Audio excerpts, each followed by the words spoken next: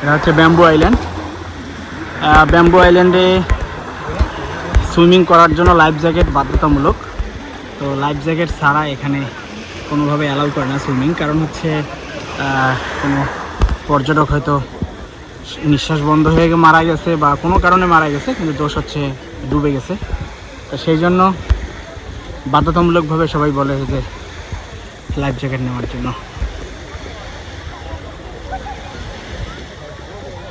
A single bamboo is not visible here. Maybe some bamboo is growing newly. Maybe. Maybe Yeah. they are trying to plant, Yeah. right? Because the own island is in the PP Island. Yeah.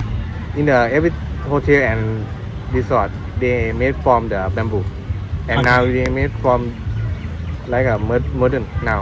Oh. They call it the tsunami.